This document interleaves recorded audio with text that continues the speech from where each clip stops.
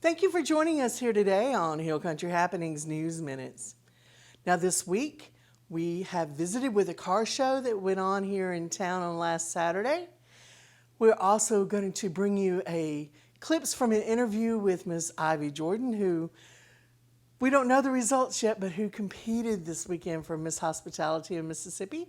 She has been Miss Hospitality of New Albany. So we're excited about that. We'll bring you updates during the week as we get them. But we're going to show you a little bit of an interview that I had with Miss Ivy. We also went to speak with the mayor and the chief about masks and about the police. And if you have a young person that's interested in being a police officer, now's the time to get involved. We need the policemen and the policewomen out there taking care of us. If you're in trouble, who are you going to call? Not Ghostbusters, but you will call the police and the sheriff's department, and the deputies and the patrolmen will come out and they'll help you. Now, please, we ask you to offer your support to them, just in some way. Say thank you next time. Now, this goes for all of our first responders. We say thank you.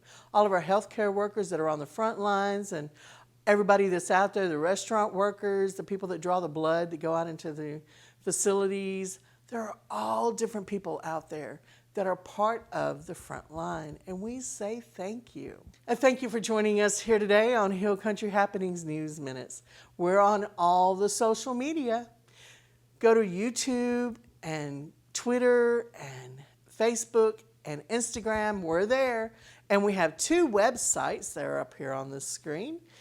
And on our YouTube channel, be sure to subscribe, because we put all of our original programming up there for you to view at any time. You can watch us on our live stream on our website and take us anywhere in the world with you. Isn't that great? I love technology. Now, we ask you to stay tuned for the rest of the show, and we hope you have a wonderful week.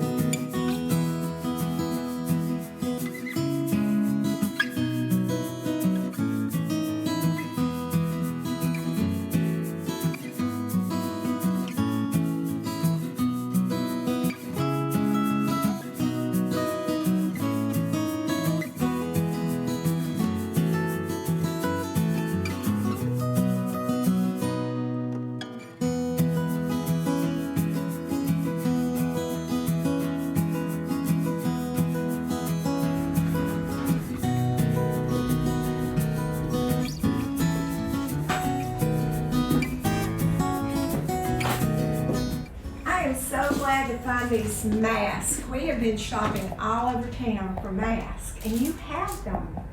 These are great. So, do you want to tell us where you are?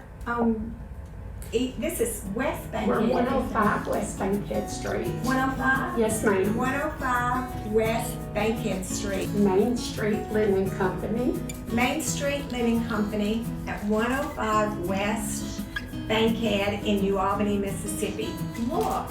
Beautiful things. Yes.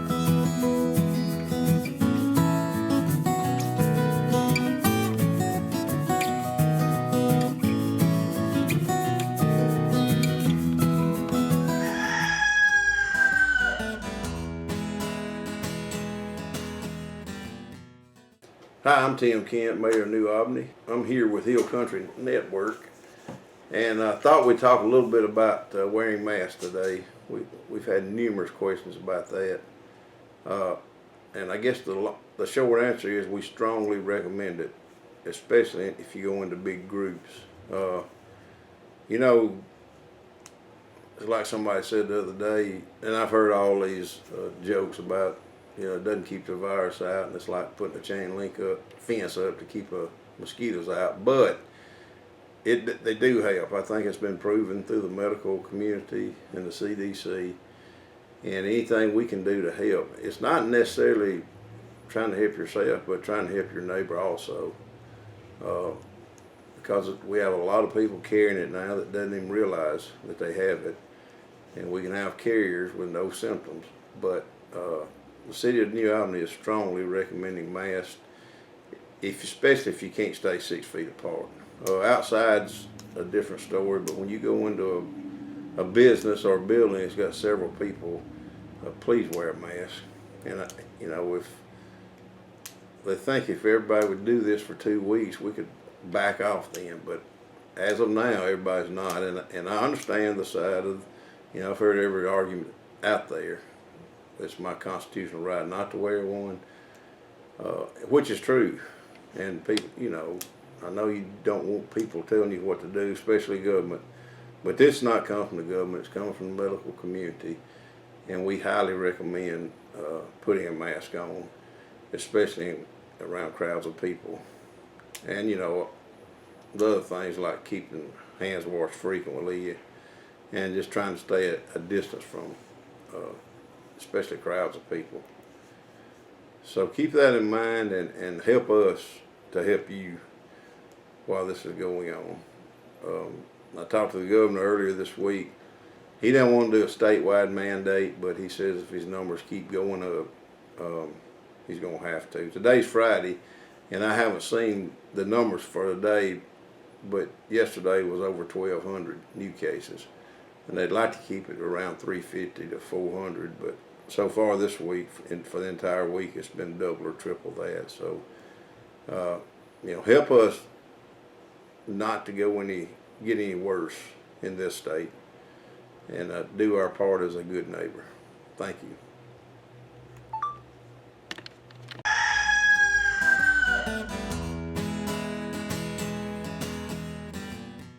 A neighborhood watch program was basically designed for neighbors in a certain part of a geographic area, towns or cities or suburbs or whatever, and it can be used in both a urban, metropolitan, rural. It depends on the relationship with the neighbors and the people in your community.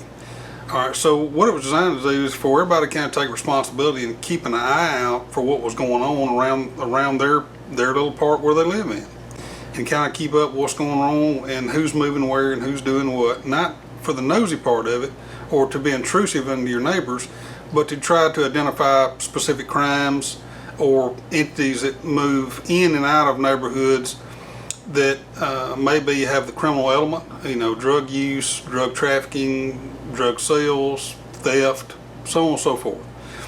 So what it was is people came together in a certain community and said, we're going to band together, we're going to be responsible, and we're going to try to identify these things that are going on in our own community, our own part of our community, and we're going to try to keep tabs on them and then notify the police, and then we're going to contact the police. We're going to work partner with the police in trying to help identify these problems and put pressure on them and get them, the attention they need to be able to address whatever situation is going on.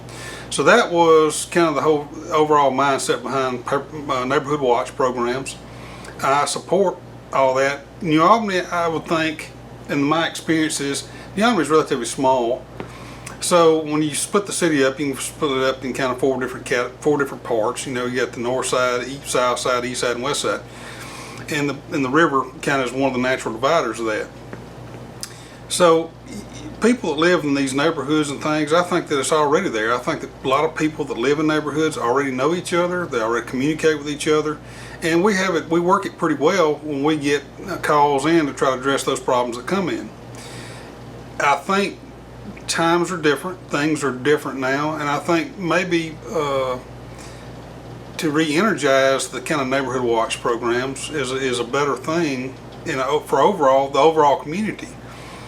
The fact of the matter is, we have a service population probably over 100,000 a day, with I-22 and Highway 15 and people coming in and out of New Albany for different reasons and for commerce and buy the groceries and things like that. We're going to have somewhere between 75 and probably 100,000, somewhere around there, I would guess. So we got a lot more things going on in New Albany, a lot more people moving in and around New Albany on a day-to-day basis. Never has been before, and that's a good thing for New Albany. But it also, the people who live here and the people who want to, kind of keep the way New Albany is and clean and a fair and friendly city and all that thing.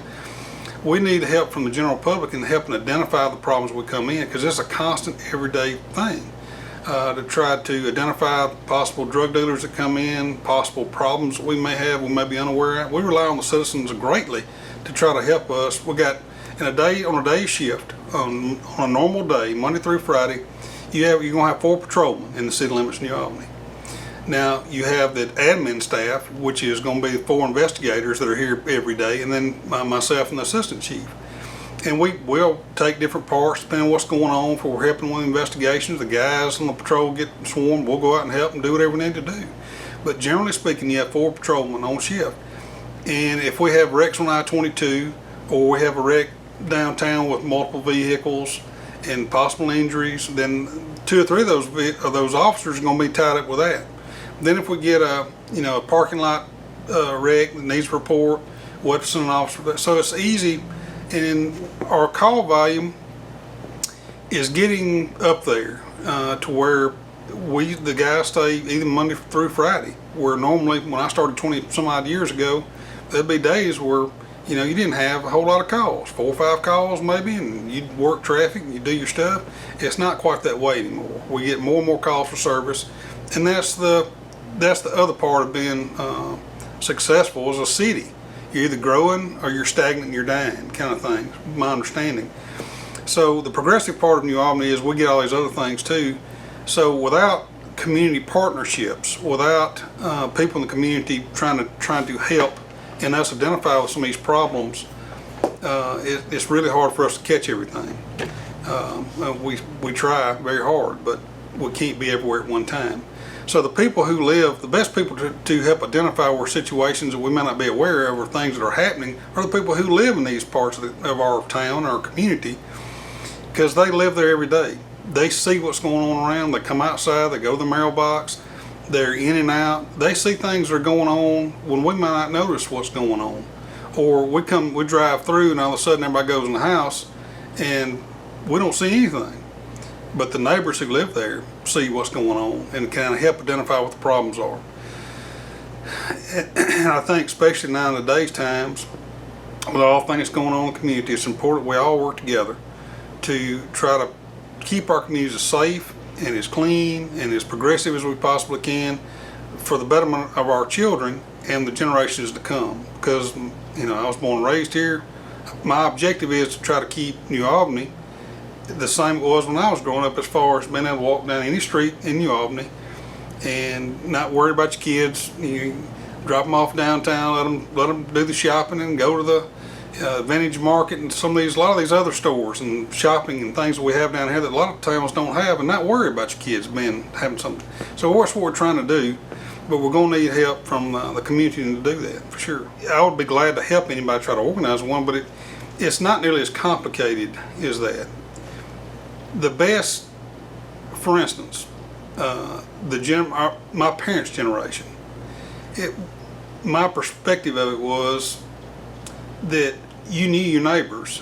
You made a genuine effort to go out and meet your neighbors and to whoever they were, because they lived next door. And there was a lot of things that, you know, there was a lot of different things that happened back then, but, you know, go visiting and share tea cakes and stuff like that.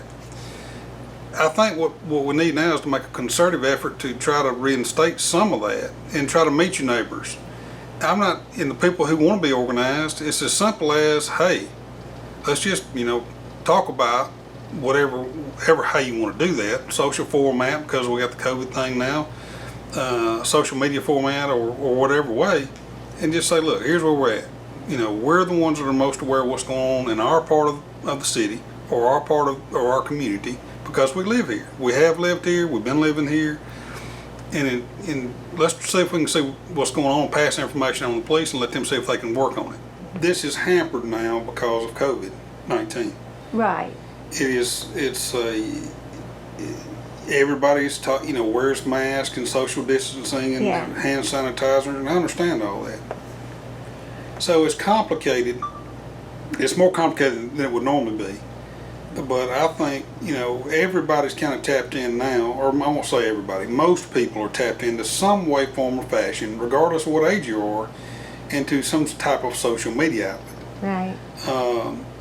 That people kind of get some of their information on. I know that does not encompass everyone. Right now, for the time being, that may be the answer to try to get some of the information out. Yeah.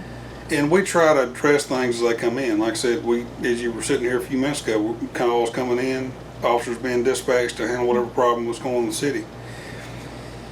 So we're trying to deal with everything, but like I said, it'd be mind-boggling to know kind of how many calls we pull in a month's time. One of many reasons that New Albany does not probably have as many problems or certain problems that other places closely around us, or, you know, neighboring cities, towns, counties, whatever. One of the reasons we don't have something, because the people here, the people of Union County, the people of New Albany, they don't want that. They don't want the whole shooting stuff. It happens. You know, drugs, alcohol, emotions, different things play into it. That's kind of what happens this day and time. Now, the good news is that generally speaking, the people in here in New Albany do not want that. They won't put up with it, and we've always had exceptionally good help when it comes to those type problems or those type crimes. That the general population or the general public has always been willing to help. Say, yes, hey, come here, come here, call me on the phone. Say, hey, look, let me tell you what's going on. Mm-hmm. And as soon as we can identify what the problem is, I divert all assets into trying to solve that issue and make arrests.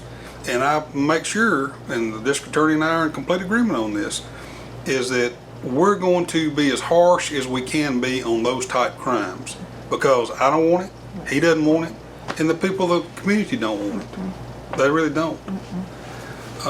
So we strive to try to keep that out best we can. But it's becoming more difficult, especially right now, with the way the nation is. It's polarized and divided, and for a multitude of reasons.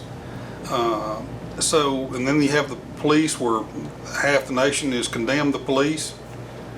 But what I can tell you is this: society cannot thrive without somebody to hold the line and, try to make people abide by the rules. It just simply will not work. Here's what I can say about New Albany and Union County, is that pretty much all the personnel that work here are from, if not from New Albany or Union County, they're right on the line. They're from this geographic region of the United States. And they're familiar, everybody's familiar with the people who grew up here and went to school here and things like that. And it makes it a little bit different. That's the first thing, is you got to have a stake, and all my guys have a stake in the community. In other words, either their children go to school here in Union County or New City of New Albany, or they do all their business here, their banking here, their church here, whatever. They're a part of the community. So, there's nobody that's really come in, and there may be one day that I have a really good candidate come in from that has been born and raised in Timbuktu, wherever. And he may be a really good fit. But for right now, it's people that are kind of been born and raised around here. They kind of know, what New Albany is and grew up here and that type of thing. It makes a difference. It's also tough to have to police the community you grew up in, because you know so many people. But it's also a pro, because there's a lot of connections. I see somebody, especially used to, see somebody I knew was kind of messing up, and I need to know who they were. Well, I might not know that person, but I probably know some of their family, one way or another. Either I went to school with them, or one way or another. It always kind of worked out. The most important thing for us is we have a vested interest in the community. It's important for us because our children go to school here too. Our children eat here too. Our children, our wives, they do business here. So it's important for us to try to keep that the way, in an environment where everybody would want to participate in and be in, treated the same way.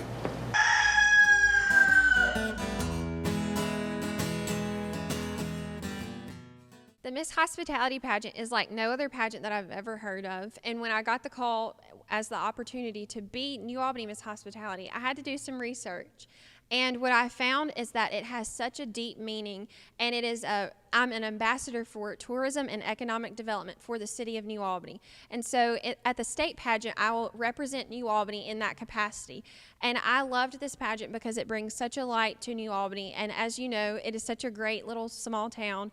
And I've grown up here, and I've grown to love it. And I want everyone else to know that New Albany is a wonderful place to visit. It's a wonderful place to come and tour. We have so many great assets in this town, and that I want to bring light to those assets as I go and compete in this pageant. So that's really why this pageant was just so different to me, because it is beyond your looks. It is beyond the superficial things that most pageants are about. This is such a wonderful opportunity, and it just brings a light to Mississippi, because Mississippi is such a wonderful place, and I think most people, more and more people, need to know more and more about how great Mississippi is. So the top 3 things that I think about when I think about New Albany, the number one thing has to be the museum. The museum is such a wonderful place, and whenever someone is visiting New Albany for the first time, I always recommend it. The museum shows the history of New Albany and all of the famous people that have had such a wonderful impact on this great city. The number 2 thing that I think about when I think about New Albany is the Tanglefoot Trail. This is a wonderful asset to New Albany in the fact that we have this great trail that goes all the way to Houston, Mississippi, and we can exercise and walk and get out and see the beauty in nature, and the trailhead is in New Albany. And I just think that is the coolest thing, to think that this wonderful asset to Mississippi, the trailhead, is in New Albany. The number 3 thing that I think about when I think about New Albany is the downtown shops. If you know me, you know I really like to shop, and I love shopping in downtown New Albany. All of these shops have clothes and the most beautiful gifts that are curated to the style of this town, and I think that is just a wonderful thing. And I know many people that travel all over and still don't have shops like we do in New Albany, and I think that is a testament to the business owners in downtown New Albany. I think that they are just spot on picking things out, and I think that they are just so brilliant in the things that they have in their stores and their hospitality, really. They are so hospitable, and they are just so helpful. and helping you out pick out gifts or anything like that. Another thing that I think about when I think about New Albany is the wonderful food. I like food a lot too, and we have so many great places that serve great burgers, fries. We even have places that have a little Cajun flair. We also have places that serve wonderful pasta and gnocchi and all kinds of stuff like that. And then we have some higher end options, and I am just so blessed to live in this town that has some really good food. So if I was going to invite someone out for a night in downtown New Albany, I would probably take them to Chow Chow. They have wonderful Italian food, and they are on the corner of downtown New Albany, and I think that it is so nice to be able to go there and see all the cars going by as you sit in the big windows. And then also I would love to walk downtown New Albany and show them all the little shops and everything. And then I would probably stop and get some coffee at AC's as well. When I was asked to be New Albany's Miss Hospitality, I was stunned and honored all at the same time. I had mixed emotions, and overall I was just really excited, but I didn't know what that meant for me.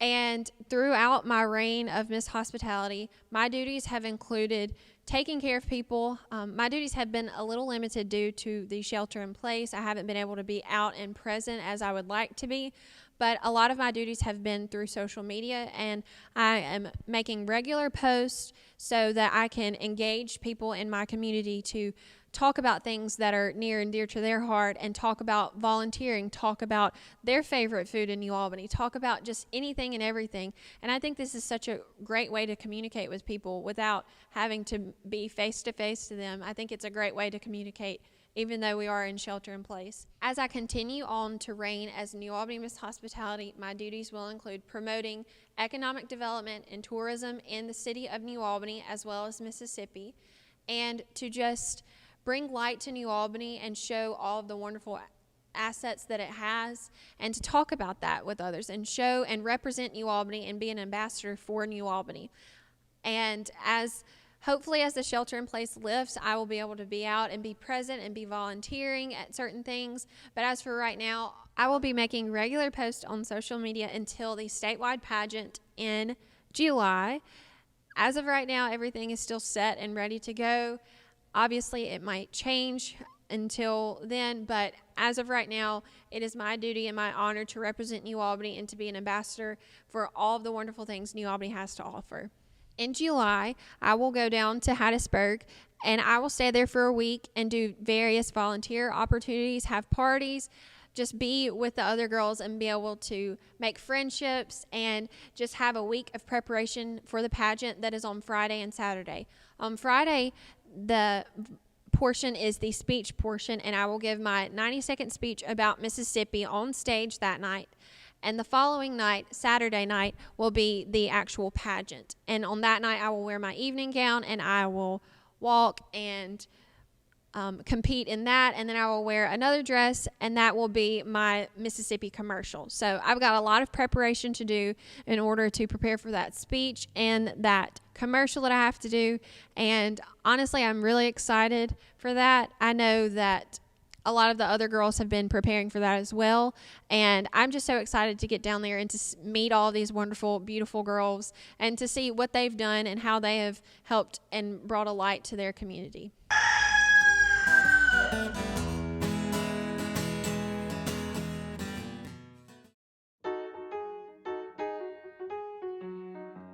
I'm Travis Kitchens. I'm the general of the Mississippi chapter of the Pharaohs Car Club. Pharaohs got started in Modesto, California in 1948. We're currently in just about every state in the United States: Nova Scotia, Canada, Finland, Japan, Australia. We are the world famous Pharaohs, and the name Pharaohs means we're the king of the car guys. You're a general. I am the general. I'm the one that started the charter here in Mississippi. We currently have divisions in New Albany, Guntown, Potts Camp, Houston. We're getting one going in Lucedale and in Biloxi right now. Okay. Are there people of other ranks in your organization? Yes, my son, he's a colonel.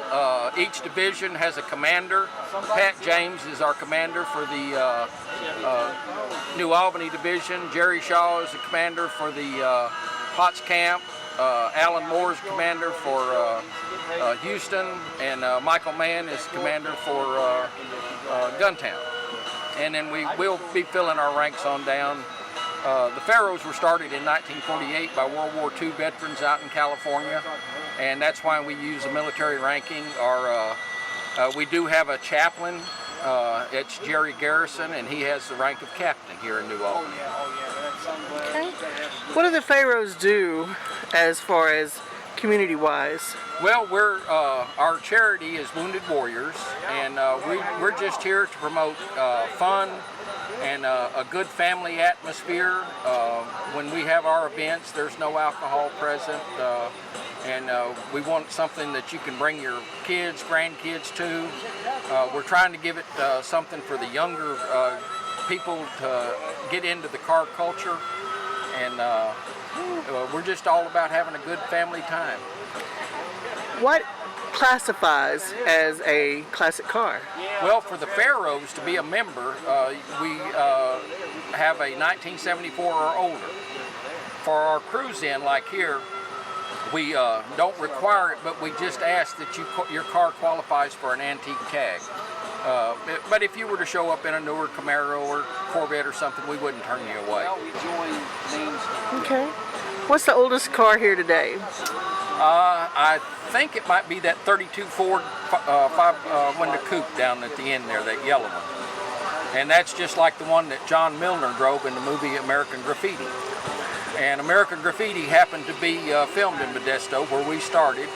And the car club in American Graffiti was the Pharaohs. But due to copyrights, they had to spell it a little different than what we spell ours. If you were to give anybody any advice about getting involved in classic cars, what would it be? Well, just get into it, get you an old car, and come on out. The fellowship and just driving a classic car takes you back to a different time, and you'll find a group of people that are just desirable people to be around. Ronnie Kitchens, I'm a colonel of the Pharaohs. How long have you been involved? I've been doing this since I was like 5 years old, handing tools to my dad and just helping him around the shop, and kind of started doing my own thing with my own cars, and it's just taking off from there. What's the favorite car you've ever built? My favorite car right now is my 66 SS Impala. It's got a big block with 2 4-barrels with a tunnel around. Yeah. And I've got my 71 that I drove up here. I've been driving that truck for 20 years. And I've got probably several other projects that's in the works right now, but those are the only 2 I got on the road right now. Family car. It's a 1954 Chevrolet. And when my oldest son was born, we brought him home from the hospital in that car. When Ronnie, my second son there, was born, we brought him home from the hospital in that car. When his son Garrett was born, he brought him home from the hospital in that car. And then when Travis's son Rowdy was born, he brought him home from the hospital in that car. So that's 2 generations, 4 kids, all brought. That was the first car they rode in. Oh, wow. So we still have it. It'll never go anywhere. What's your favorite car you've ever worked on? Well, I love 57 Chevys, and I've got 12 different body styles of those. And of those, I guess the 57 Chevy convertible would be my favorite.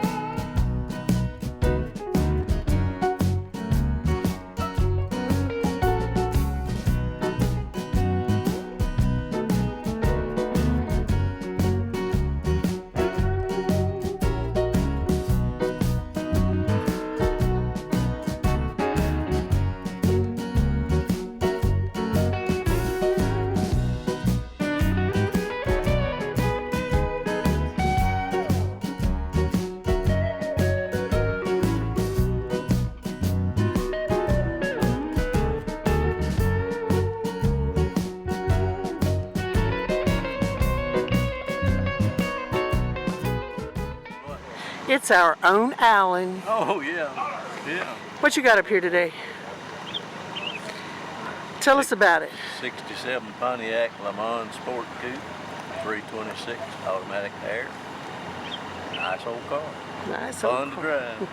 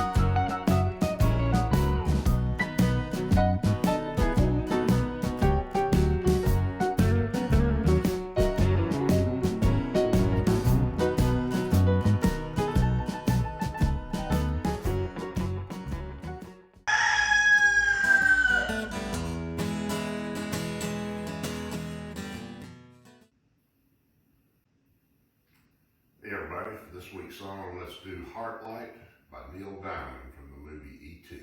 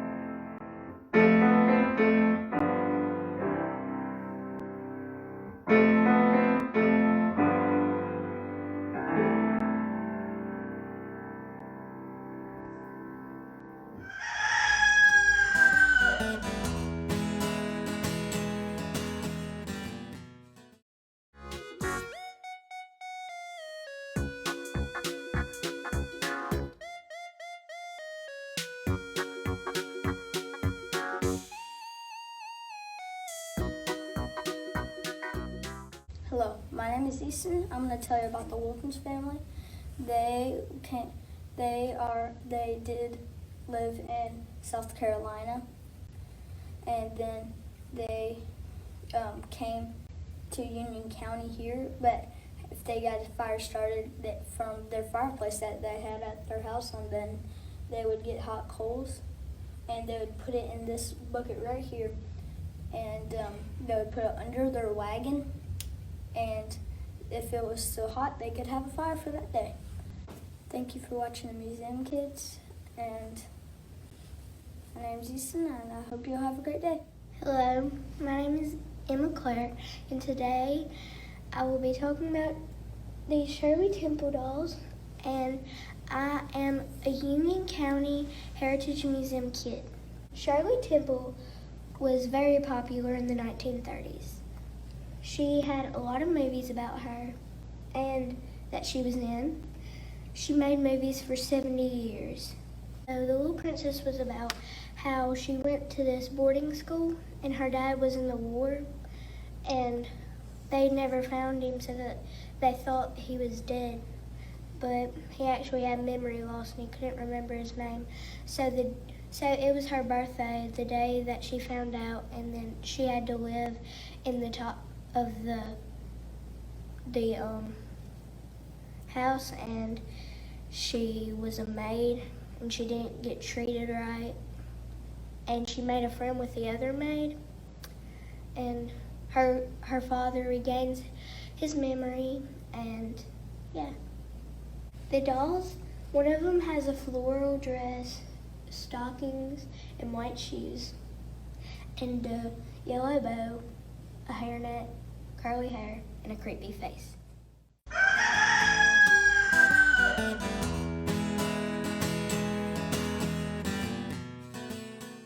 Changing times. When you think you're catching the brunt of someone's bad temper, think about our public officials. They are trying to do their jobs that we are paying them to do to keep our lives in order. It all came to light for me about a month ago, sitting in our small town city hall, specifically in the office of the code enforcer. He was very polite, but obviously stretched by stress.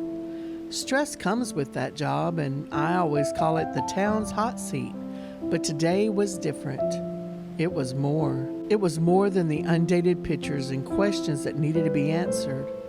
It was the outside attitudes that could enter on a whim and linger as long as they had a grudge. It was the darkness of people's aggression, darkening the doors of our public buildings, looking for someone to place the blame on this growing feeling of frustration at our changing world, isolation, and new rules. That was the day I apologized for having to present my problem. The enforcer said, No, you are nice about it. He said all week he had had people wanting to literally crawl across his desk and come at him angrily. Seriously, crawl over his desk. That same afternoon, I was talking to a restaurateur getting ready to open for the evening meals. He opened the conversation saying, I don't know what's going on with people. Then he told me about people who shouted at them. Thank goodness they left, but it was like they were crazy. We don't know why some people do what they do. Sometimes we don't even know why they do some of the things they do. But the pressures of change is on all of us, and accepting that fact is the first release we can give ourselves and others. Little releases prevent the big explosions. Let's all try a little love for ourselves and for others. Think about the jiggly thing on top of the pressure cooker. It can make a happy sound or be very nervous. I prefer happy.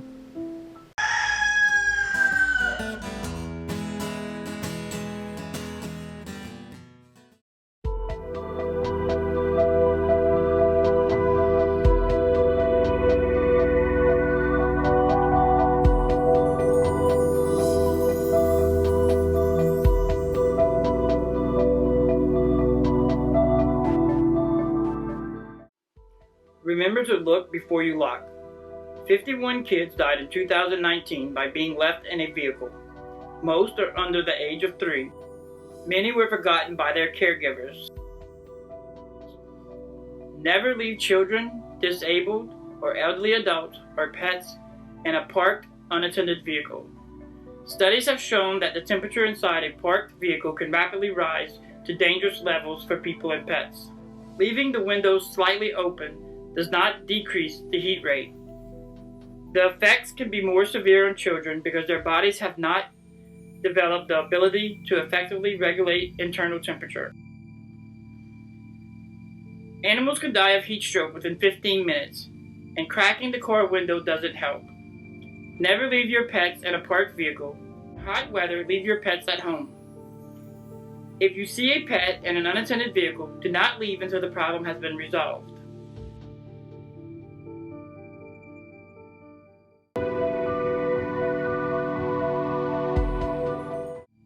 Monday, mostly sunny, a 30% chance of showers and thunderstorms after 1 p.m. Monday night, partly cloudy with a high near 95, low around 75, the heat index 102. Tuesday, mostly sunny, 40% chance of showers and thunderstorms mainly after 1 p.m. Tuesday night, partly cloudy with a 20% chance of showers and thunderstorms with a high near 94, a low around 72, heat index 102. Wednesday, mostly sunny, a 50% chance of showers and thunderstorms. Wednesday night, partly cloudy with a 20% chance of showers and thunderstorms. High near 94, low around 74, heat index 102. Thursday, mostly sunny with a 50% chance of showers and thunderstorms. Thursday night, partly cloudy with a high near 94, a low around 74, the heat index 100. Friday, mostly sunny, a 40% chance of showers and thunderstorms. Friday night, mostly cloudy with a high near 94, with a low around 75, the heat index 103.